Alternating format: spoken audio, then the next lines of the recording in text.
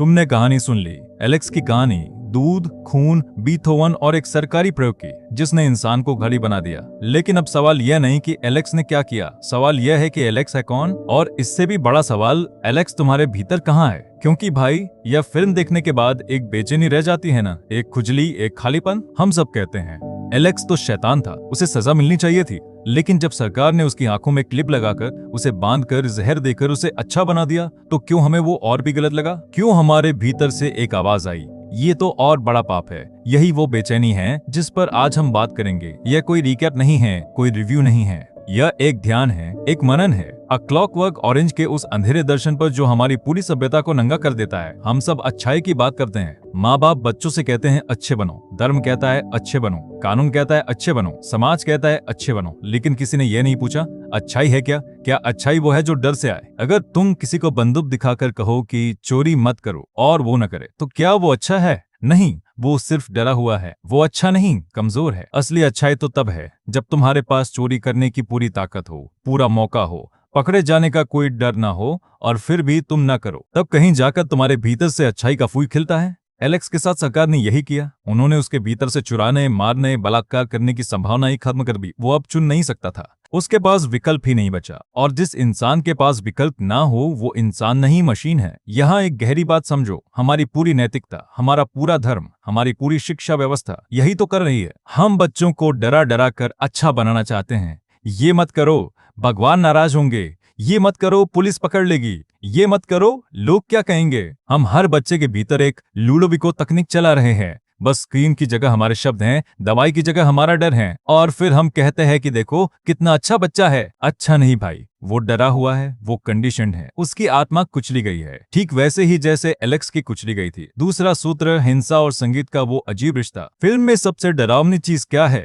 यही कि एलेक्स के लिए बीथोवन की 9वीं सिम्फनी और एक औरत के साथ बलात्कार, दोनों एक ही अनुभव हैं, दोनों से समान आनंद देते हैं। और यह सिर्फ एलेक्स की विकृति नहीं है, यह इंसानी मन की एक बहुत गहरी सच्चाई है। जो चीज सबसे सुंदर है वही सबसे भयानक भी हो सकती है। जो संगीत तुम्हें आसमान छूने का एहसास देता है, अगर वही संगीत किसी हिटलर के कानों में बजे तो वो दुनिया जलाने का मंत्र बन जाता है। अब सोचो, जब लूडोविको तकनीक के बाद एलेक्स बीथोवन सुनता है और उसका शरीर दर्द से मरोड़ने लगता है, तो असल में क्या हुआ? सरकार ने उसके भीतर के सौंदर्य बोध को ही जहरीला बना दिया। उन्होंने उसकी आत्मा के आखिरी बचे हुए टुकड़े, संगीत का प्रेम, को भी छीन लिया। यह सिर्फ शारीरिक यातना नहीं थी, यह आत्मिक हत्या थी, क्योंकि इंसान की आत्मा का आखिरी ठिकाना कला है, संगीत है, सौंदर्य है। और जब वो भी जहर बन जाए तो इंसान के पास बचता ही क्या है? बस मरना। और एलेक्स ने वही किया, खिड़की से छलांग लगा दी।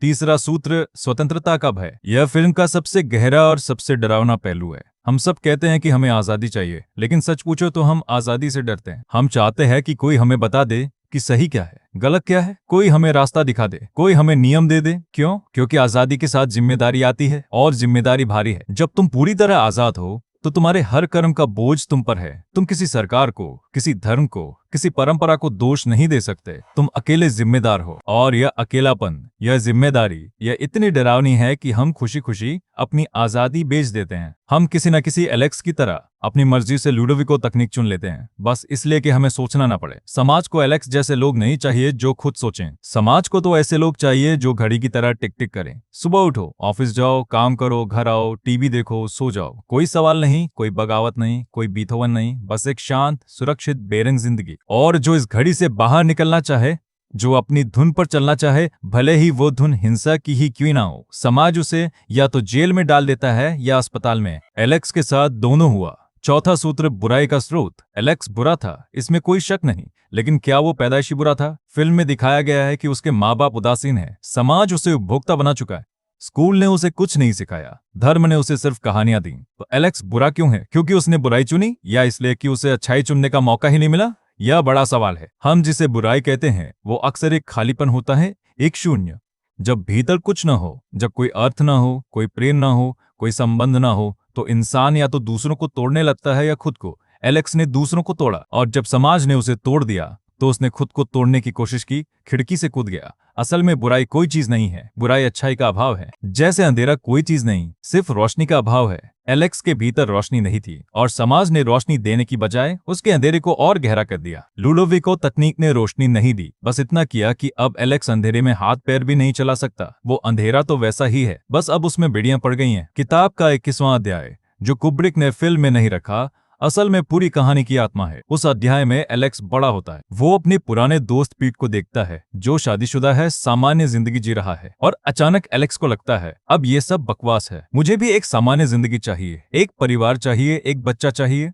वो खुद ब खुद बदल जाता है, बिना किसी लुडोविको तकनीक के, बिना किसी जबरदस्ती के, बस वक्त और अनुभव से। यही असली विकास है, असली परिवर्तन। इसे कोई थोप नहीं सकता, यह भीतर से आता है, फूल की तरह खिलता है, और इसमें वक्त लगता है। समाज को जल्दी है, सरकार को जल्दी है, इसलिए वो लुडोविको तकनीक लेकर आते हैं। लेकिन प्रकृति जल्दी में नहीं है, प्रकृति धीरे धीरे काम करती है। एक बीज को पेड़ बनने में सालों लगते हैं, एक इंसान को इंसान बनने में पूरी जिंदगी लगती है, और कुछ लोग तो कभी बन ही नहीं पाते। लेकिन जबरदस्ती से बांध कर, जहर देकर तुम किसी को इंसान नहीं बना सकते, तुम सिर्फ उसकी आत्मा मार सकते हो। कुब्रिक ने यह अध्याय क्यों हटाया? शायद इसलिए कि वो हमें एक आरामदायक उत्तर नहीं देना चाहते थे। वो चाहते थे कि फिल्म खत्म होने के बाद भी सवाल जिंदा रहे। वो चाहते थे कि हम उस बेचैनी को महसूस करें कि एलेक्स तो वही है, समाज भी वही है, सरकार भी वही है, और कुछ भी नहीं बदला। क्योंकि यही सच है, दुनिया में कुछ नहीं बदलता जब तक हम खुद नहीं बदलते, और हम तभी बदलते हैं जब हमारे भीतर से एक आवाज आए, ना कि बाहर से कोई दवाई। अब आखिरी और सबसे जरूरी बात, यह फिल्म सिर्फ एलेक्स की कहानी नहीं है,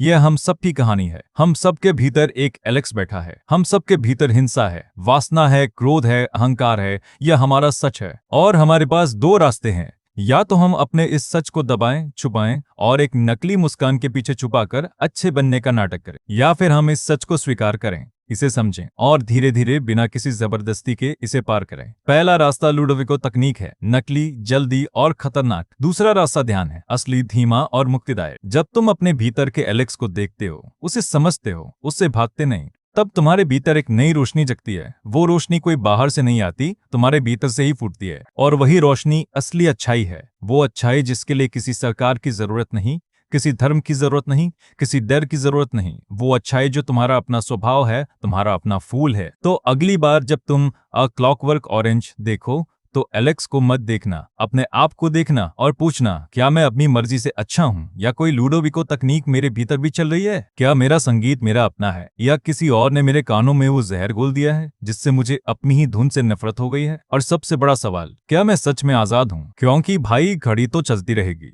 टिक टिक टिक टिक। सवाल यह है, तुम घड़ी बनकर रहना चाहते हो या इंसान? यह चुनाव तुम्हारा है, और यही चुनाव ही एकमात्र ऐसी चीज है जो तुम्हें इंसान बनाती है। बाकी सब तो बस अ क्लॉकवर्क ऑरेंज है।